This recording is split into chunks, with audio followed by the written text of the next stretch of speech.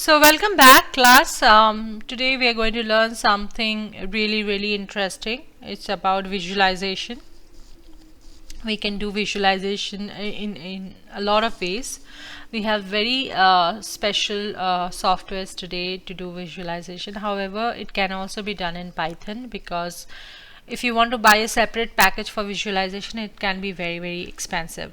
So we can do that right in Python using the visualization tool that has been provided inbuilt with Python. So the installation goes with the command pip install matplotlib. Import matplotlib.pyplot as plt. We are going to run straight into action. Remember two terms, one is figure and the other is axis, right? Y-axis, x-axis. There is no spelling mistake, it is axis with an E.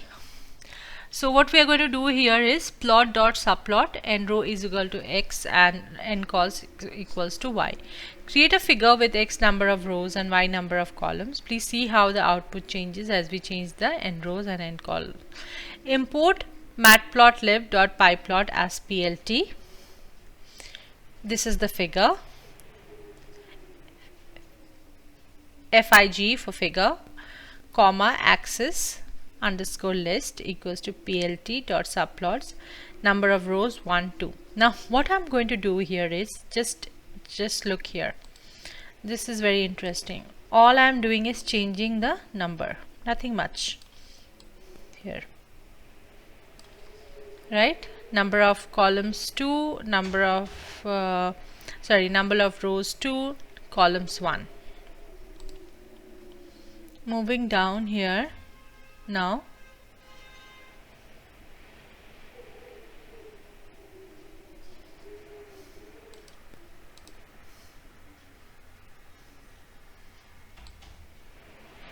this and this. How the figures change: rows 1, columns 2, rows 2, columns 2, right? This is all I wanted to show you.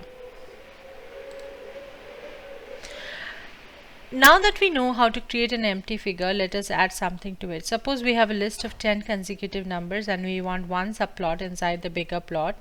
In it, we want the list to be on the x-axis and x raised to the power 2 on the y-axis. How do we do it? We have to first prepare the x-axis data, prepare the y-axis data, create fig and axis underscore list for subplot with n rows, which is equals to 1, n cols equals to 1, plot x and y-axis data on the axis list, and finally show the figure. So this is how it is going to look like.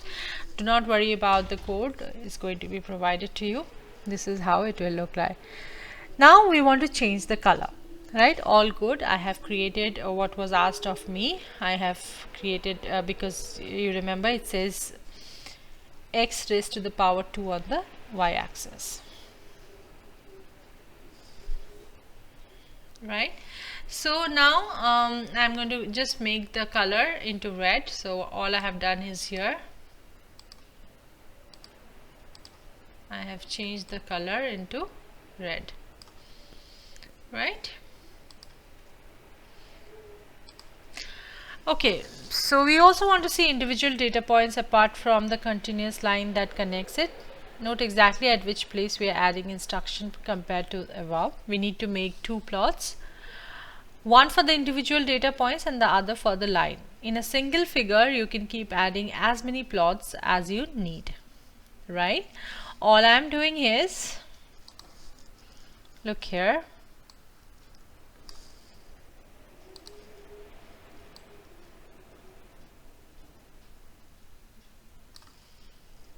right? I am just giving some dots here. I am breaking the data. There is no description to the x-axis. Let us put the description. This is x-axis of my data. The description of x-axis is called x level. How do we use it? We are going to label it, right? This is, you see here,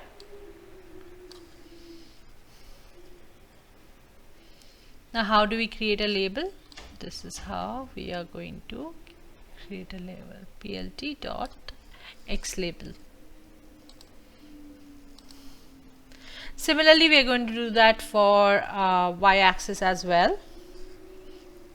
First it was x-axis, now we have x-axis and y-axis both.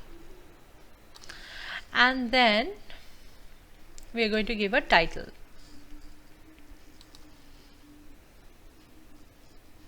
So we have this and we have this. There is no main title of the graph till now. We can use the title using title function of Matplotlib. Notice the usage.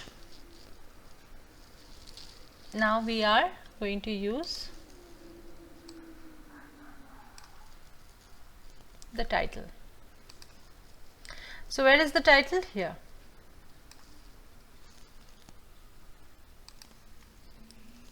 Now we are going to see another example. Suppose we have a list of 50 values ranging from 0 to 2 multiplied by pi. The pi value is 3.14 and each point increases by pi upon 25. Also, suppose we have to make two subplots side by side. In the left we have to plot sin of all values, while on the right we have to plot cos of all. We remember the sin and cos, right, when we were learning trigonometry. Pause and read through line by line below to ensure you understand every command. Now we have import math. You need to do this. You need this for the maths function like sin, cos, pi, etc. Create the x data, so on and so forth. You can read through this lines of code, right? Now once I have executed the code, this is how it is going to look like. Sin of angle in the range 0. Now there is some kind of overlapping. Do not worry about it. So sin of angle, cos of angle. I think I'm going to correct this some point later. Now we have got the plot, but we have a problem. Since the plots are small, the title are going to get into each other. So this is what I was talking about. We are going to fix it. And how do we do it? You can adjust the figure size by fixed size, which is x comma y. How are we going to do it? Now you see here it is all garbled, isn't it? Garbled in the same in terms of the picture, all haphazard. I don't understand what is this. Sine is here, cos is here, and I said I'm going to fix it at a later point. So I'm going to fix it in this lecture itself.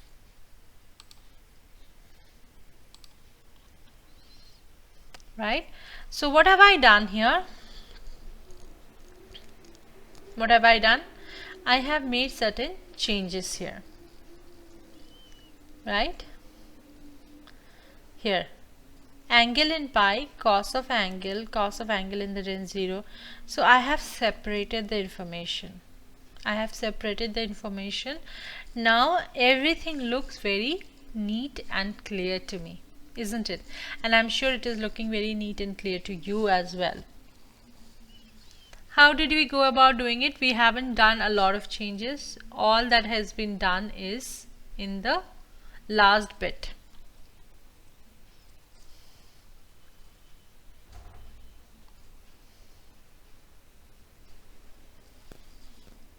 Right, take a minute to look at the code, and you must do it while you have your own computer. So now suppose we have more than one object in a single subplot, then we need something called as legend. Legend is nothing but a description of different curves in a single page. So we are going to come to legend in the next lecture. So thank you.